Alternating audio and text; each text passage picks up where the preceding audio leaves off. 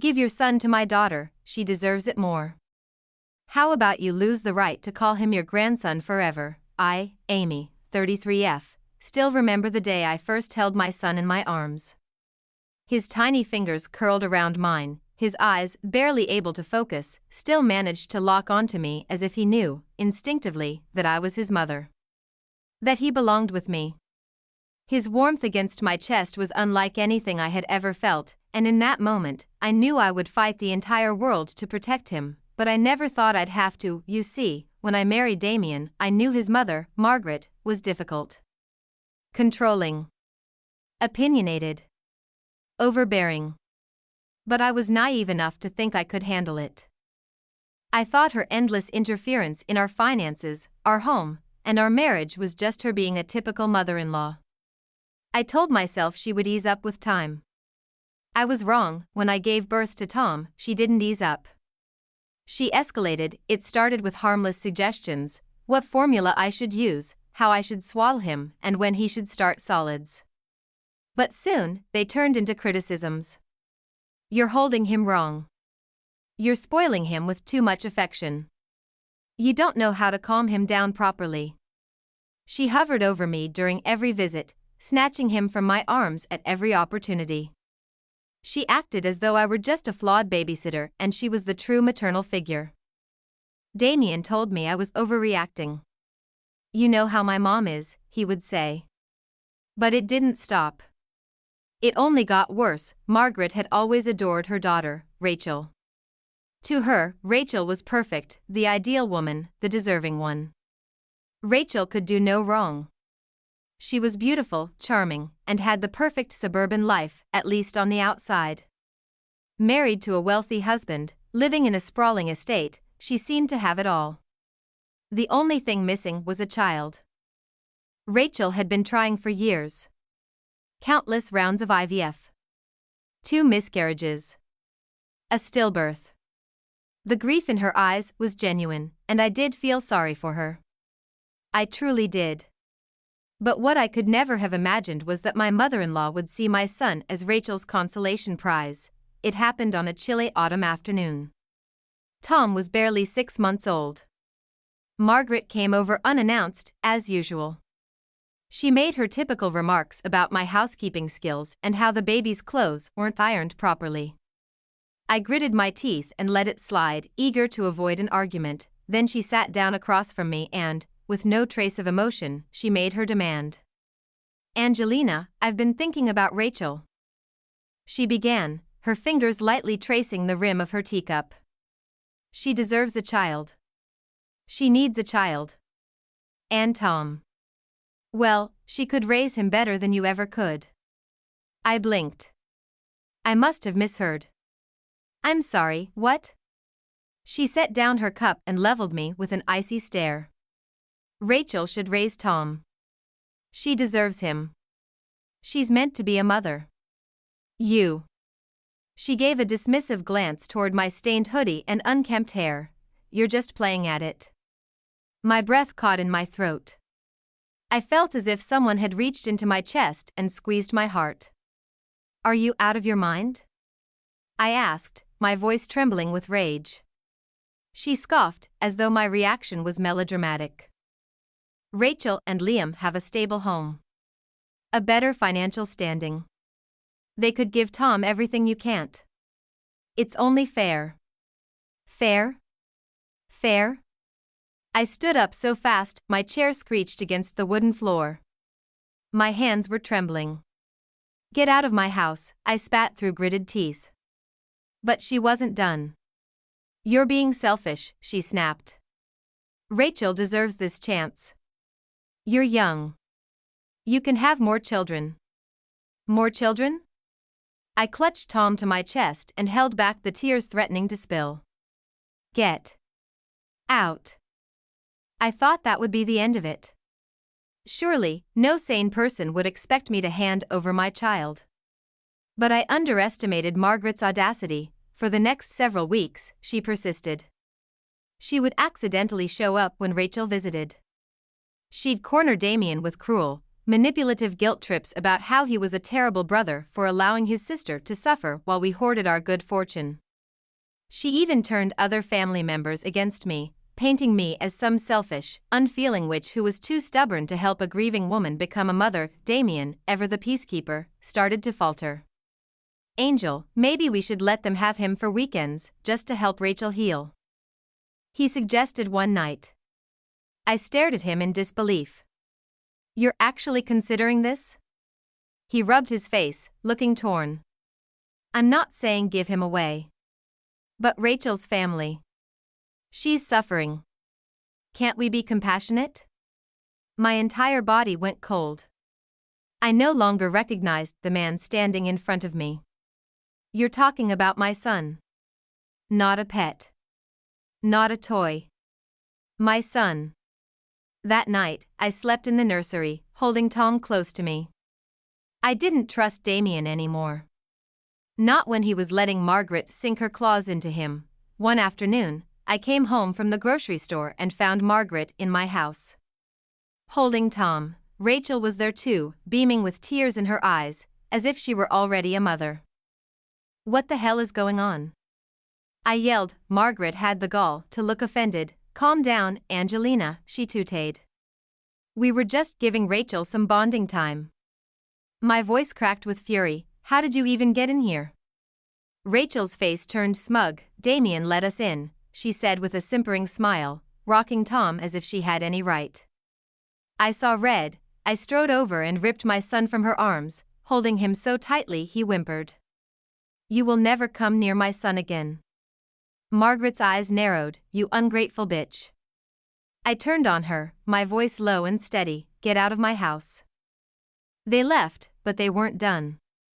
Not by a long shot. For a few days after I threw Margaret and Rachel out of my house, I clung to a frail hope that maybe, just maybe, they had finally learned their lesson.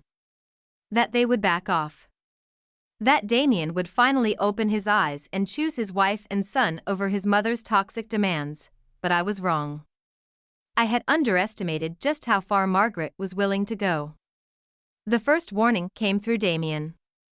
He returned home late one night, his face drawn and pale, avoiding my gaze. I was sitting on the couch with Tom asleep in my arms. My heart raced when I saw the dread in his eyes. What is it now? I asked softly, but my voice was filled with an exhaustion that was turning into resignation. He hesitated. My mother's going to a lawyer, he mumbled, unable to look at me. I blinked. A lawyer? For what?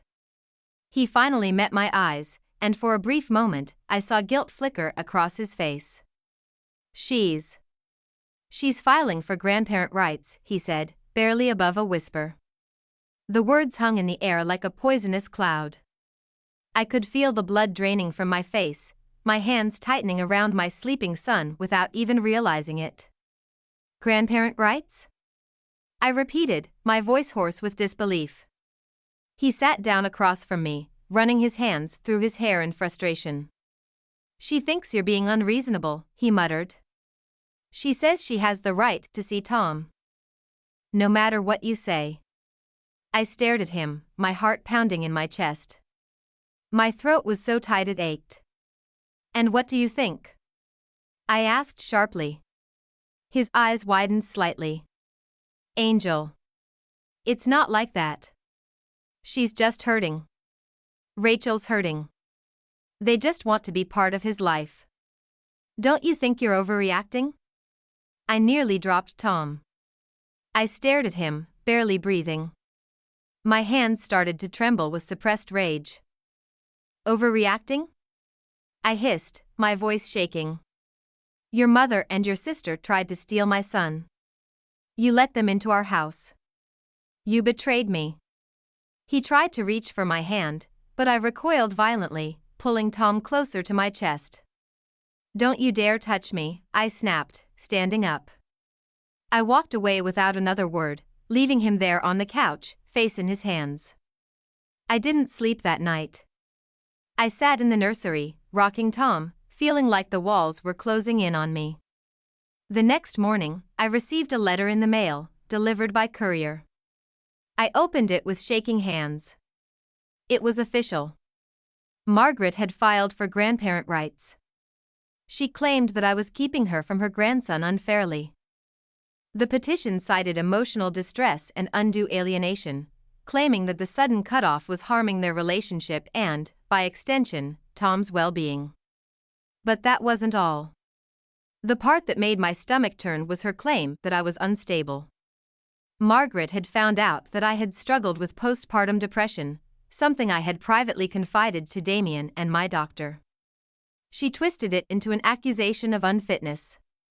She claimed that my depression made me an unfit and emotionally erratic mother, and that shared custody was in Tom's best interest. I gripped the letter so tightly that the paper crumpled in my fist. She was trying to take my son. The next few days passed in a haze of rage and panic. I barely slept. Barely ate.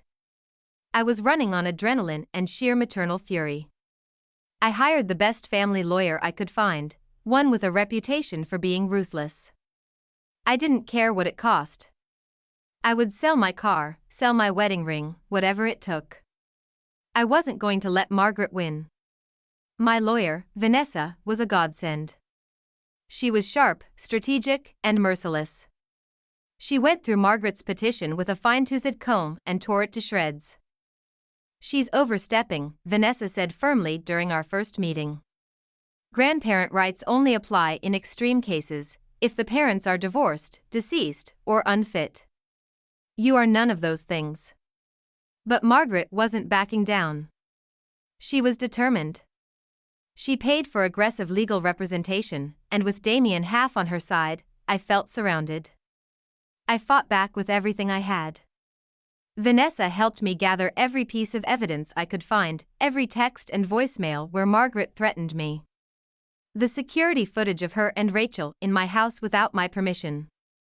Screenshots of messages where she accused me of being selfish and unstable. We even collected statements from my friends and neighbors who had witnessed Margaret's harassment and interference. And when Damian refused to support me in court, I filed for full custody of Tom and a restraining order against Margaret. When the day of the hearing finally arrived, I was trembling with rage. Margaret sat across from me in the courtroom, looking calm and composed, wearing a modest dress and a false expression of grandmotherly concern. Rachel sat beside her, dabbing her eyes with a handkerchief, playing the victim flawlessly. But I wasn't afraid. Not anymore. I sat tall and proud, holding my head high, with Tom's baby blanket clutched in my lap for strength. I stared Margaret down and let her see the fire in my eyes. Her lawyers presented her case with the sickening facade of concern. Margaret only wants what's best for her grandchild. Tom deserves to know his family. Angelina's postpartum depression poses a potential risk to the child. When they said that last part, I gritted my teeth so hard my jaw ached. But then it was my turn. Vanessa was magnificent. She presented every piece of evidence methodically, each one a brutal blow to Margaret's credibility. The text messages where she demanded I give my child away. The videos showing her entering my home without consent. The records proving I sought proper medical treatment for my PPD and had always been a loving, stable mother. Then came my testimony. I stood before the judge, clutching Tom's blanket, and spoke with raw honesty.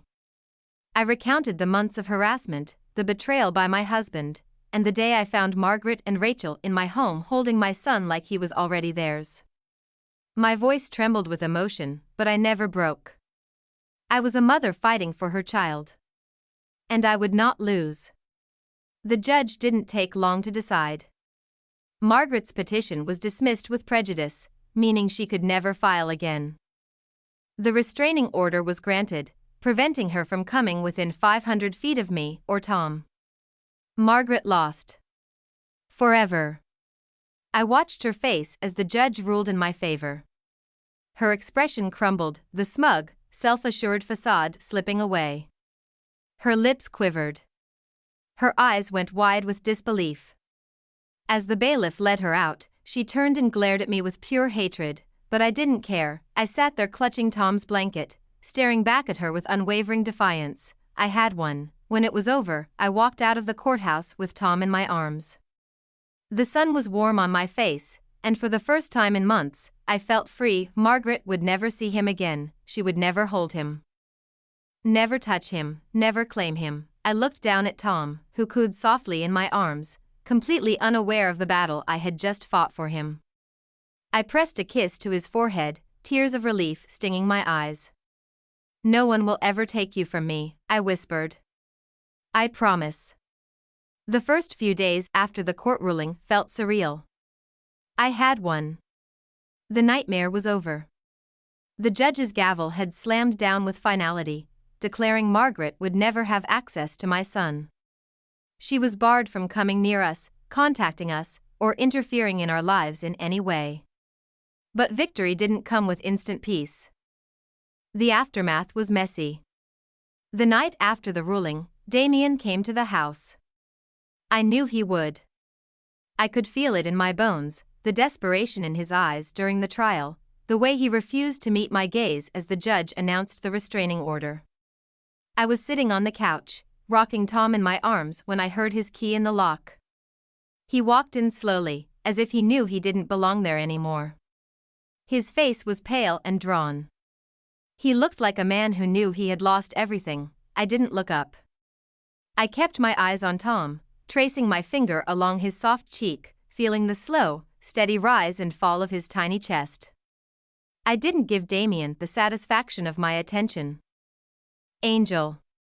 He started softly, his voice raw with guilt. "Please." I didn't look at him. "Get out." I felt his presence moving closer, his footsteps hesitant, shaky. "Angel, don't do this. Please. We can work through this." I made a mistake. A mistake?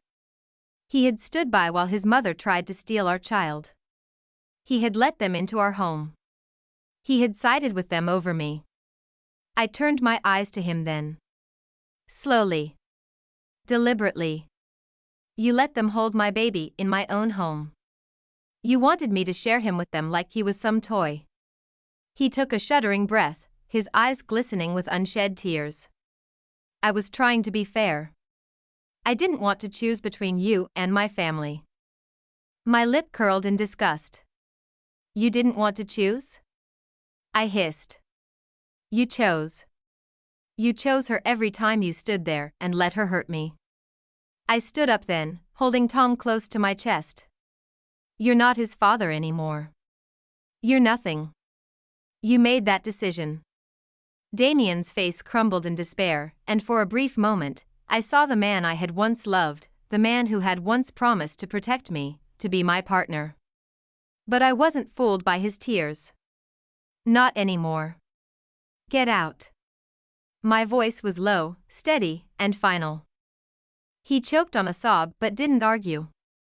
He turned and walked out the door that would never open for him again. I filed for divorce the very next morning. There was no hesitation. No second guessing. I didn't care what it cost. I didn't care that he begged for mediation or counseling.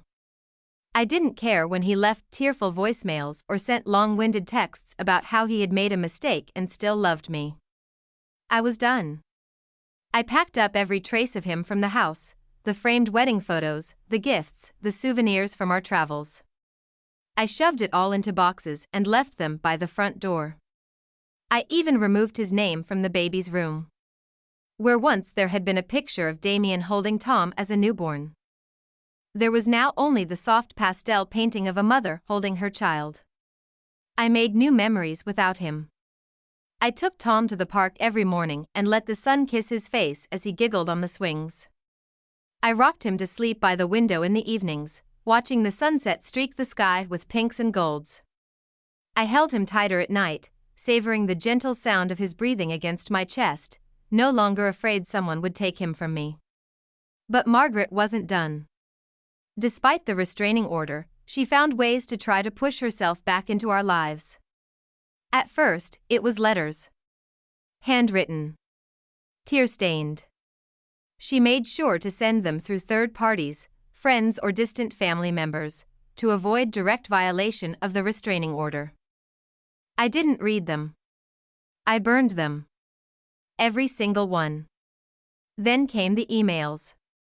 Long, rambling, apologetic diatribes filled with false contrition and emotional blackmail. I miss him. Please, Angelina, I'm his grandmother. You can't keep him from me forever. I'm so sorry for everything. Please let me be part of his life. He needs me.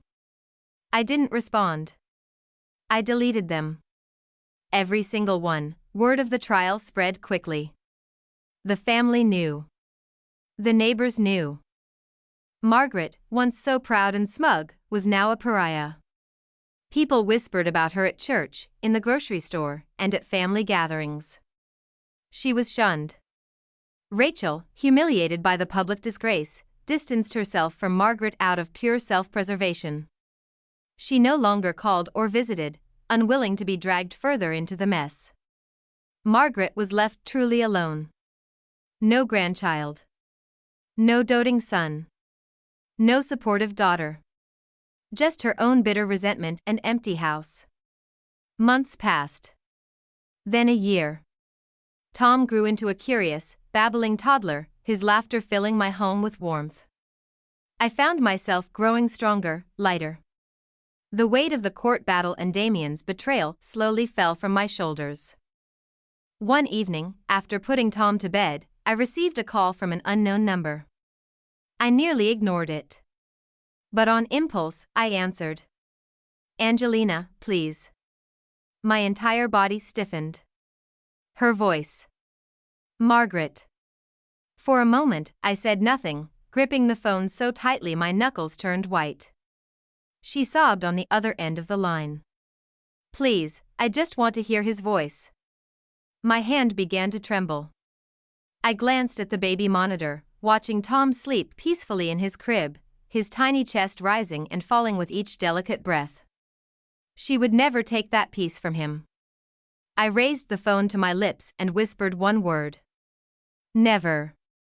Then I hung up. I stared at the phone for a long time, waiting for it to ring again. It never did. I blocked the number and turned off my phone. That was the last time I ever heard from Margaret. I built a new life for Tom and me.